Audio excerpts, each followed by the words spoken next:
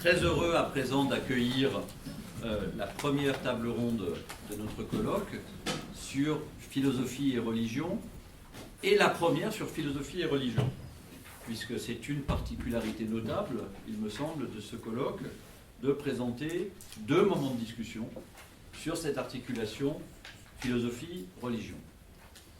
Chose remarquable et qui fait contraste avec les précédents grands bilans de la philosophie française que je mentionnais au début, celui du débat en 1992, celui de Cité en 2014 et 2015, où la présence de la religion et de l'articulation philosophie-religion était beaucoup plus discrète.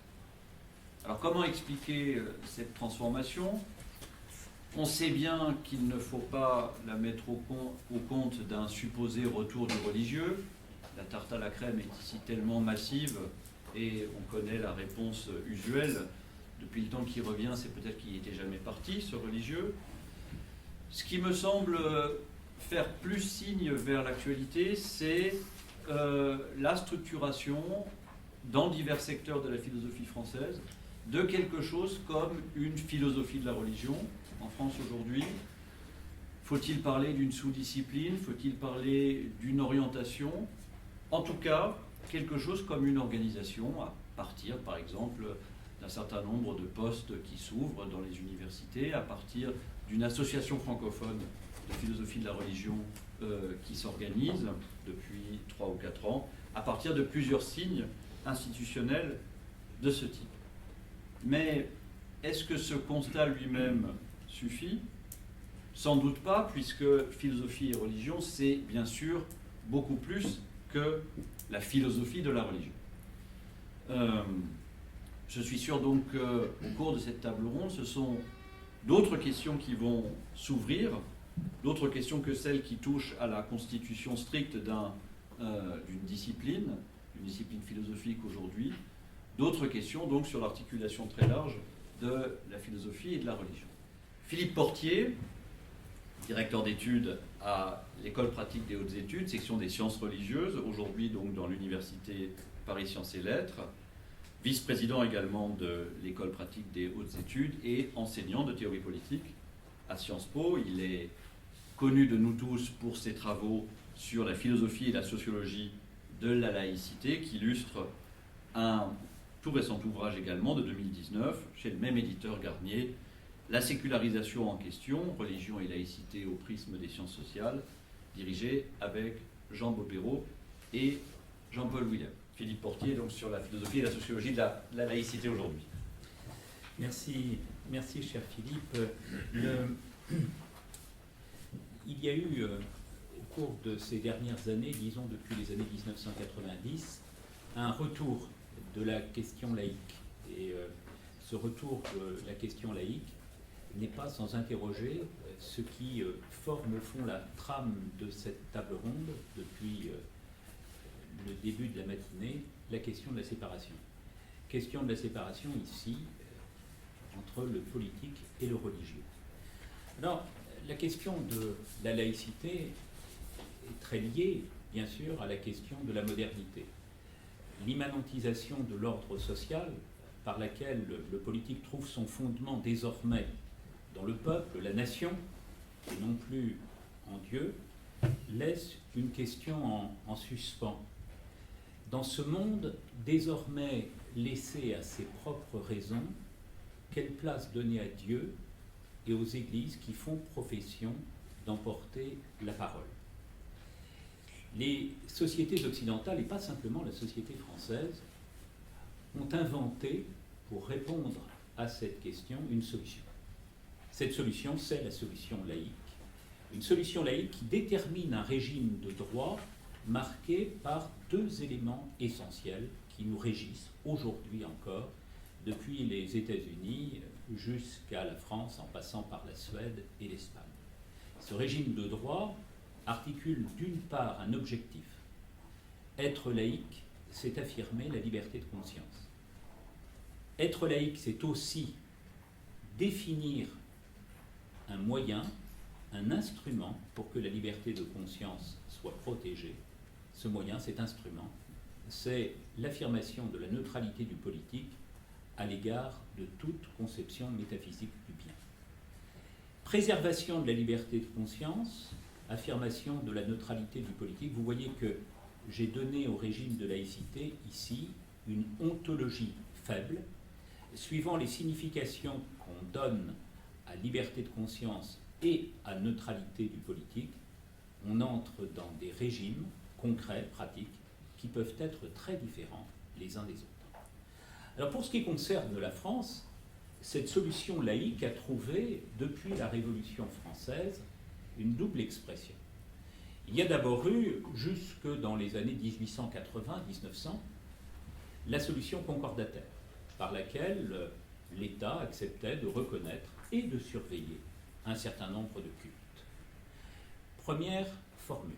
Et puis cette formule a été balayée par le vent de l'histoire, balayée par l'arrivée des républicains au pouvoir, qui ont substitué à cette solution concordataire une solution séparatiste. Une solution séparatiste qui trouve son point d'acmé dans la loi du 9 décembre 1905, intitulée significativement, et cela rejoint nos débats de ce matin, la loi concernant la séparation des églises et de l'État. Alors il se trouve que cette séparation a été, au cours de ces dernières années, mise à mal. Mise à mal par l'expression dans la sphère publique d'un certain nombre de revendications visant à réarticuler le privé et le public, visant à réagencer le rapport entre le politique et le religieux, visant à reconfigurer la relation entre le politique et l'Église.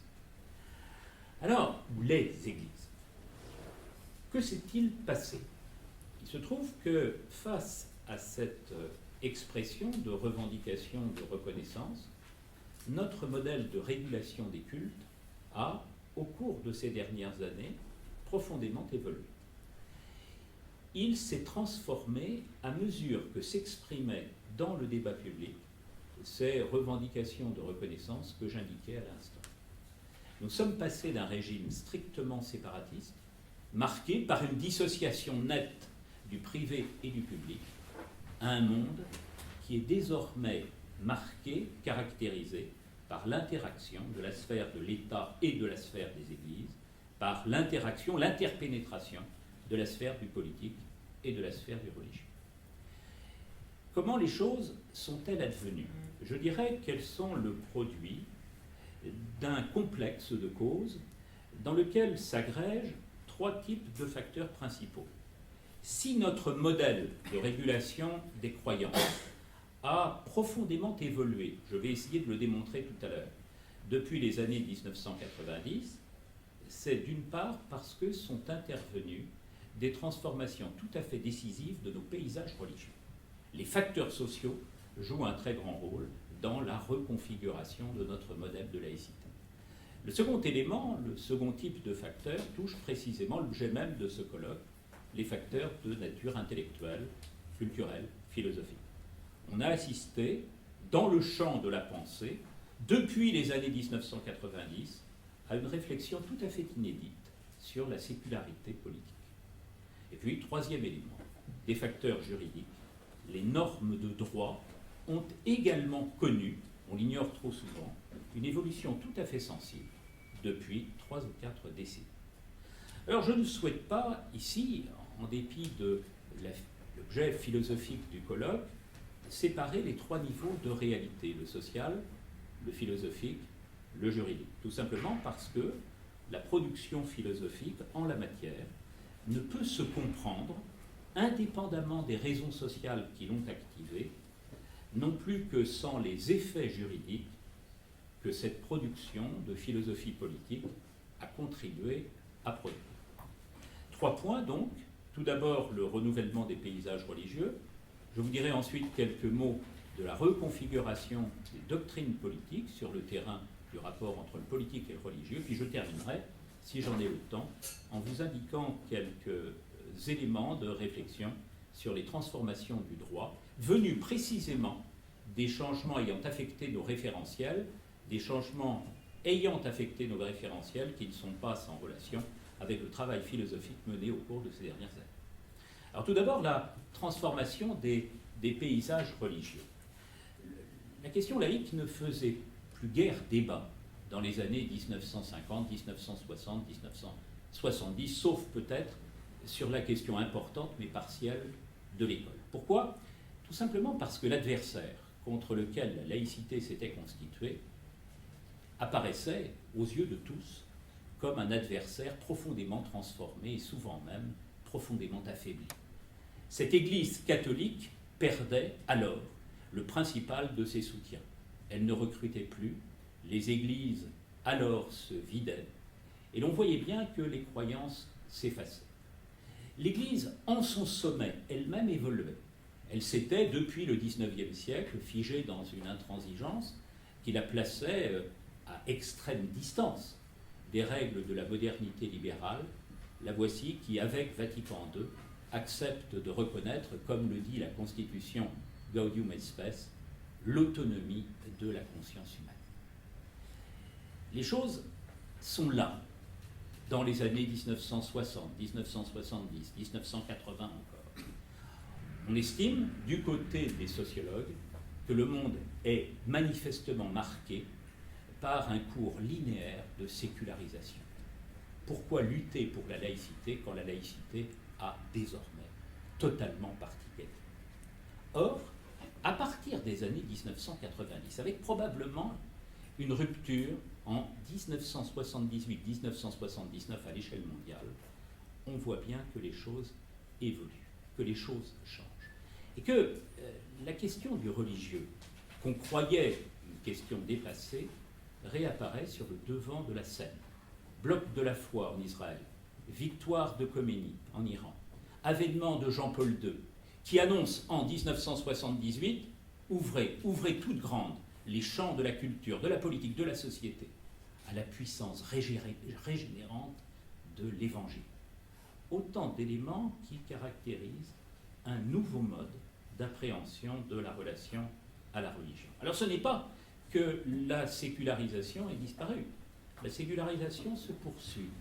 Et on le voit dans les niveaux d'adhésion aux religions. Cela touche le catholicisme en France, mais pas seulement. Cela touche aussi des religions qu'on croit davantage effervescentes, comme l'islam. Les gens quittent souvent les mosquées, se distancient des mosquées et des églises, tant du point de vue des pratiques que du point de vue des croyances, que des normes portées par les institutions du sens. La sécularisation, donc, suit un cours, qui est ici un cours affirmé, et on est très loin du pronostic de Peter Berger, qui annonçait la désécularisation ou le réenchantement du monde. Mais, alors même que se poursuit la sécularisation de nos sociétés, se réaffirme un pôle, qui est un pôle d'effervescence religieuse. Un pôle d'effervescence religieuse, de réaffirmation des identités, à mesure précisément que de l'autre côté du fleuve s'affirme précisément une sécularité et qui ne veut plus croire ni en Dieu ni en diable. Réaffirmation des polarités religieuses dans tous les mondes religieux, le monde catholique, le monde juif, le monde protestant avec les évangéliques, mais aussi le monde musulman, avec, dans certains segments de la population musulmane, des expressions de foi, tant au niveau privé qu'au niveau public, qui viennent bouleverser les compromis que l'État républicain avait su passer jusqu'alors avec le grand corps catholique. Situation tout à fait nouvelle, des polarités religieuses réapparaissent dans un monde qu'on croyait définitivement conquis par la problématique agnostique. Comment réagir face à ce monde qui se met en place de manière nouvelle, non plus sur le mode d'une sécularisation linéaire, mais à partir de ce que les sociologues appellent très souvent un principe de polarisation. Polarité d'une part des agnostiques, parfois des athées pratiques, qui se distancient de toute règle et de toute pratique religieuse, et ceux qui, de l'autre côté, réaffirment publiquement l'identité qui donne cohérence à leur propre existence personnelle. Face à ce modèle, on a vu se développer toute une réflexion, et c'est le deuxième point que je voudrais essayer de vous présenter maintenant, la reconfiguration ou le renouvellement des discours philosophiques en la matière.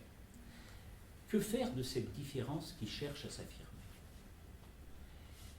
Il va y avoir, à partir des années 1990, une véritable réflexion théorique sur ce défi que nos sociétés prétendument sécularisées rencontrent désormais. Et on va voir, au fond, le champ philosophique, je vais être ici très simple, se structurer autour de deux grandes conceptions de la laïcité. Une conception qu'on peut dire universaliste, une conception qu'on peut dire, au contraire, inclusiviste. La conception universaliste réapparaît immédiatement après l'affaire des voiles de Creil en 1989. Vous vous souvenez, ces jeunes filles qui, dans un collège public, ont le front de s'affirmer musulmanes à partir du port d'un certain nombre de signes, et en particulier du port du voile, qu'on appelle alors simplement dans les médias le foulard. Le voile viendra ensuite significativement. Des sociologues, des philosophes surtout, interviennent avec un article du Nouvel Observateur, Prof, ne capitulons pas, où l'on lutte, là, contre le Munich de l'école républicaine et où l'on appelle à une sorte de reviviscence de l'universalisme républicain. Ici, l'impératif de neutralité suppose l'exil du religieux en dehors de la sphère d'étaticité que représente l'école, mais les choses vont souvent beaucoup plus loin que cela. On demande, dans le cadre de ce courant, que le religieux disparaisse même de l'espace social civil, de cet espace intermédiaire que les républicains de 1905 avaient placé comme une zone de liberté, et que désormais, de ce côté-là du républicanisme, on voudrait penser comme une zone de la neutralité absolue. 3 points me semblent caractériser ce premier discours. Il y a d'abord des refus. Le refus, c'est qu'il faut d'abord extraire de la zone de l'État, mais extraire aussi, les discours ont profondément évolué en l'espace de 40 ans, de l'espace social partagé, toute affirmation identitaire.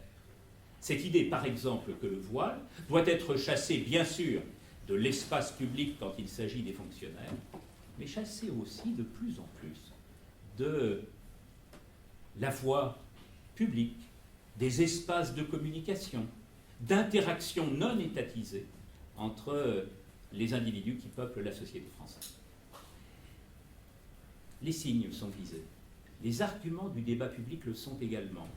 Quand on lit les textes d'un certain nombre d'auteurs, comme ceux que j'ai cités tout à l'heure, Catherine Kinsler, Elisabeth de Fontenay, Elisabeth Badinter, Laurent Bouvet, aujourd'hui professeur de théorie politique, on voit bien qu'il y a comme une injonction d'oublier quand on est croyant ses propres raisons religieuses pour se situer uniquement du côté du langage de la raison commune partagée par tous. Cette idée que la thématique du juste suffit et que la thématique du bien relève probablement d'une autre époque. Alors quels sont les arguments liés à cette excommunication politique du religieux? Il en est 2 essentiels. Pour les acteurs, auteurs de cette école, l'expression des différences peut mettre en péril les libertés individuelles.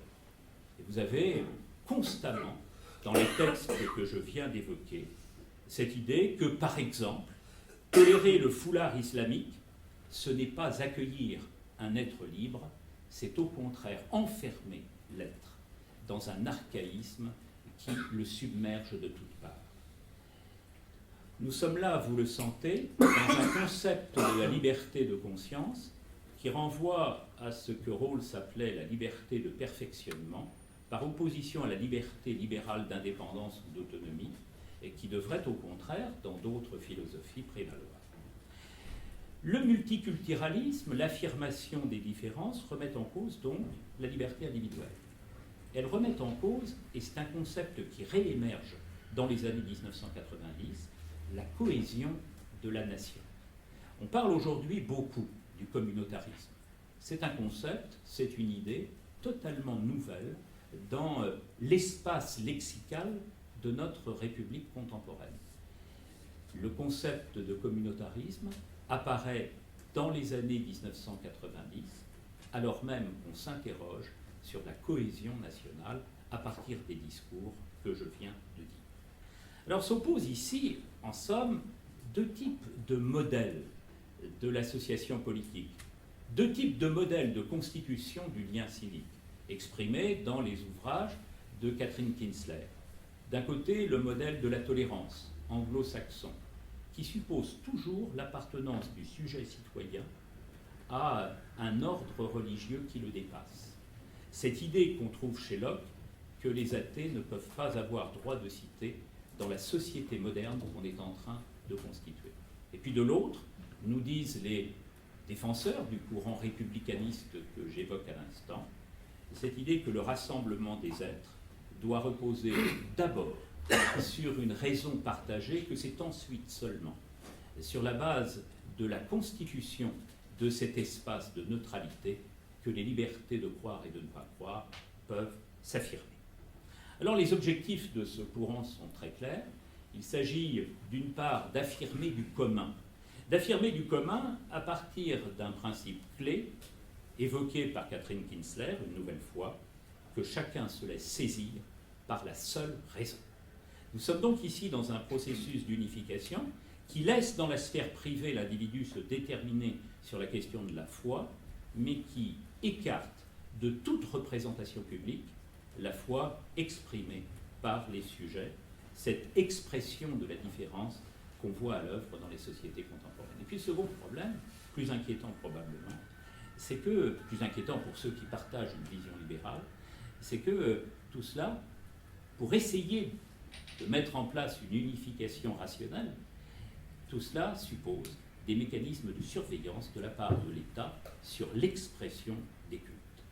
Je vous cite ici une autre citation. Il faut ajouter qu'un contrôle plus strict de la part des autorités publiques, des manifestations religieuses qui peuvent se dérouler dans l'espace civil, et pas simplement dans l'espace étatique, permettrait de faire baisser les tensions identitaires. Et l'on voit de ce point de vue que l'État est appelé à neutraliser des espaces qui, hier encore, dans la vieille République de 1905, étaient laissés à l'expression libre des sujets. Retrait des arguments religieux, retrait des signes religieux de cet espace partagé qui constitue l'espace social intermédiaire. Alors, on vous a présenté ici très, très rapidement les thèses relatives à l'universalisme républicain de nature rationaliste. Il se trouve que cet universalisme républicain a été rejoint au cours de ces dernières années par des philosophes qui viennent du courant catholique. Et je pourrais ici citer, par exemple, Jean-Luc Marion, Rémi Brague et Pierre Banan, qui estiment qu'il faut précisément essayer de reconstituer une cohésion nationale à partir d'un essentiel partagé. Cet essentiel partagé, ce n'est pas la raison des Lumières qu'évoquent les auteurs que j'ai à l'instant cités. Cet essentiel partagé, il repose essentiellement sur l'identité chrétienne, sur l'identité catholique, sur ce que Pierre Banan, dans son ouvrage « Situation du catholicisme », situation de la France, mais situation du catholicisme aussi, appelle la marque chrétienne de notre société. Avec des indications finalement très schmittiennes, suivant lesquelles la société est appelée, je le cite, à se défendre, à préserver autant que possible ce qui est nôtre, nos biens matériels, nos biens moraux, nos biens spirituels. Et il y a là un travail de réenracinement, de sanctification, nous dit Pierre Banan, dans le corpus chrétien que la tradition nous aurait décrit. Alors on voit qu'on est confronté ici à un modèle qui est un modèle très marqué, au fond, par un désir moniste de rassemblement des existences autour d'un essentiel partagé, la raison des Lumières d'une part, mais très substantialisée, et puis d'autre part une identité chrétienne qui renvoie à l'imaginaire des siècles, avec une association dans le cadre d'un certain nombre de mobilisations de ces deux courants qui pourtant appuient leurs principes sur des postulations profondément différentes. Alors, c'est un premier courant, cela. Il en est un second qui oppose à ce courant moniste des perspectives davantage pluralistes. On a vu que ce courant, qui émerge dans les années 1990 autour de sociologues et de philosophes, sociologues comme Michel Vievorka, Jean Bobéro, des philosophes comme Alain Renaud, ce courant s'est profondément nourri des théorisations de Charles Taylor, par exemple, ou de Will Kymlicka, un courant qui est très marqué par le libéralisme communautarien, avec cette idée qu'il faut accepter que c'est le pari, au fond, d'une laïcité réussie que de s'ouvrir à l'expression des différences religieuses dans la société contemporaine, pour deux raisons, et même pour trois raisons. La première raison, c'est que l'affirmation des droits d'identité prolonge les droits d'autonomie, droits politiques, droits civils et les droits de solidarité. Qu'une société libérale ne peut pas faire l'impasse sur ce que revendiquent les sujets quant à leur propre dignité. Et on voit qu'il y a derrière tout cela l'indication chère à Sen, chère aussi à Martha Nussbaum, des capacités, ces possibilités que la société doit ouvrir à chacun et à chacune afin de pouvoir faire valoir ce qu'il estime être sa propre dignité humaine. C'est un point tout à fait important. Liberté de dignité qui s'oppose précisément à la liberté de perfectionnement du courant républicaniste que j'évoquais tout à l'heure. Il y a un second point très important, c'est que, de leur point de vue, l'intégration sociale ne peut advenir que lorsqu'on reconnaît les différences de chacun dans la société. Vouloir imposer une raison commune à tous, c'est probablement créer au carré un communautarisme qui va couper les individus ainsi frustrés de l'essentiel national auquel ils doivent se rattacher. Et puis il y a un troisième point qui me fera rejoindre les propos tenus par mes collègues dans leurs interventions antérieures, c'est que l'affirmation des différences permet aussi une recomposition morale de la société. Il y a chez les auteurs que je viens de citer, souvent inspirés d'ailleurs par Paul Ricoeur aussi, souvent inspirés par Jürgen Habermas, cette idée qu'un régime du juste, fondé simplement sur la répartition des droits, ne suffit jamais pour construire une société de bonne loi. Et qu'il faut ajouter au régime du juste un régime du bien nourri par les traditions religieuses qui nous mettent au contact de répertoires philosophiques, de répertoires de signification, de ressources de liens qui permettent à une société confrontée à des situations embrouillées de retrouver une possible solution à ses propres problèmes. Alors de ce point de vue, les textes de Paul Ricoeur sont tout à fait essentiels, qui indiquent que le religieux peut exercer, quand il est soumis à une fonction critique, peut exercer une fonction judicative dans la société, la possibilité précisément de dire non au système de domination verticale fondé sur la souveraineté absolue du politique, pour valoriser au contraire des possibilités de remise en cause de ce que le pouvoir pourrait avoir de trop décisionniste. Et puis il y a aussi, dans les thèses que je viens d'énoncer ici, à côté de la fonction critique qu'on pourrait accorder aux religieux, une fonction qui est une fonction messianique. Ce n'est pas un hasard si Ricoeur souvent cite Walter Benjamin, cette idée qu'au fond, nous sommes comptables de l'avenir des générations futures et qu'en nous appuyant sur des ressources religieuses, il est possible précisément de définir un avenir de sens dans un monde où le régime d'historicité futuriste se trouve, avec la notion du progrès, souvent remise en question. Alors il faudrait maintenant, et j'ai dépassé le temps qui m'était imparti, vous dire toute l'influence de ces philosophies sur les régimes juridiques. Il se trouve que les philosophies sont, même dans nos sociétés, construites autour d'une perspective de performativité, et que les discours que je viens de vous indiquer là n'ont pas été sans influence, d'une part sur les élites politiques, et d'autre part sur les productions juridiques que les élites politiques ont été amenées à configurer au cours de ces dernières années. Ces philosophies politiques-là sont intervenues sur le régime traditionnel de laïcité, marqué par la séparation des sphères, de deux manières.